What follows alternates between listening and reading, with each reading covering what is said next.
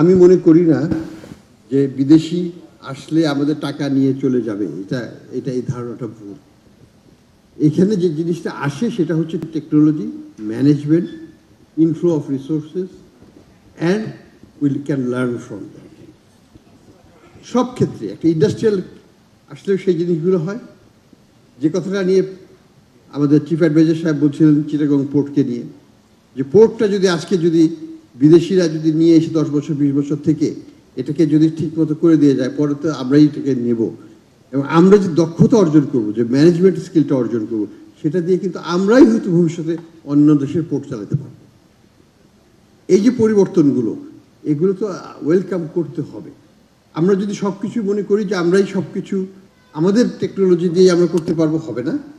এখানে সংমিশ্রণটার প্রয়োজন আছে, এটা লাগবে।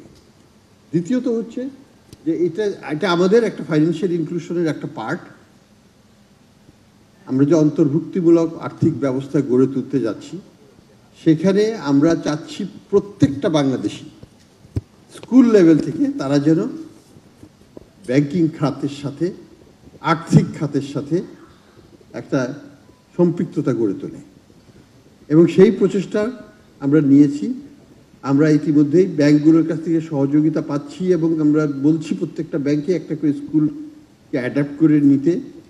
সেই স্কুলগুলোকে তারা তাদের সাংগঠনিক কার্য, মানে এইখানে তাদের প্রত্যেকটা ছাত্রকে ছোট ছোট হয়তো 200 টাকা 300 টাকার অ্যাকাউন্ট খুলে দেবে, এবং সেগুলোকে পরিচালনা করে তারা শিখবে কীভাবে অর্থ ম্যানেজ করতে হয় ইত্যাদি।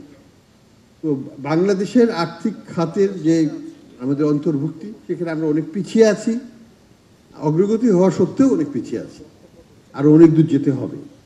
সেই লক্ষ্যে আমরা কাজ করছি। আমরা সবগুলো চ্যানেল, একটা হচ্ছে ক্রেডিট কার্ড চ্যানেল, একটা হচ্ছে মোবাইল ফাইন্যান্সিয়াল সিস্টেম চ্যানেল, একটা হচ্ছে আমাদের যেটা হচ্ছে মানে মাইক্রো ক্রেডিট ইনস্টিটিউশন চ্যানেল, একটা হচ্ছে আমাদের এজেন্ট ব্যাংকিং চ্যানেল। এগুলো সবগুলো চ্যানেল, প্লাস আমরা ডিজিটাল ব্যাংক নিয়ে আসছি খুব শীঘ্রই, সেই চ্যানেল, সেটাও কিন্তু ক্ষুদ্র উদ্যোক্তাদের উদ্দেশ্যে যাবে এবং ছোটো ছোটো বিজনেসকেই প্রমোট করবে। তো এই সবগুলো চ্যানেলকে আমরা একসাথে কার্যকর আরও মোর এফেক্টিভ করে আমরা একটা অন্তর্ভুক্তিমূলক আর্থিক কাঠামো গড়ে তুলতে চাচ্ছি। আমাদের ম্যাক্রো স্টেবিলিটি এবং প্রাইস স্টেবিলিটি বাংলাদেশ ব্যাংকের অন্যতম দায়িত্ব। দুটো প্রধান দায়িত্ব, একটা হচ্ছে প্রাইস স্টেবিলিটি, অর্থাৎ মূল্যস্ফীতিকে কমিয়ে আনা। আমরা সেটাই কাজ করছি। আমরা সফল হব, কোনো সন্দেহ নাই। আমি প্রথম থেকেই বলেছি যে সফল হব এবং হব। এটা এটা এটা আমরা সাফল্যের দিকেই যাচ্ছি, এবং আরেকটু সময় লাগবে। আমি চাচ্ছি এটাকে 5%-এর নিচে কমিয়ে আনতে, যদিও সরকারিভাবে বলা হচ্ছে 6.5 ইত্যাদি, বাট আমরা এটাকে এক্সিড করবো ইনশাল্লাহ বা আগামী বছরে এই প্রোগ্রাম। আমরা চাচ্ছি ফাইন্যান্সিয়াল সেক্টরের স্টেবিলিটিটাকে ধরে রাখা এবং ফিরিয়ে আনা, আরও স্ট্রঙ্গার ব্যাংক সিস্টেম করতে। কিছু একীভূতকরণ করতেই হবে আমাদেরকে। ডিপোজিটরকে আমরা পুরোপুরিভাবে নিশ্চয়তা দিতে হবে, তাদের অর্থের কোনো ঘাটতি হবে না।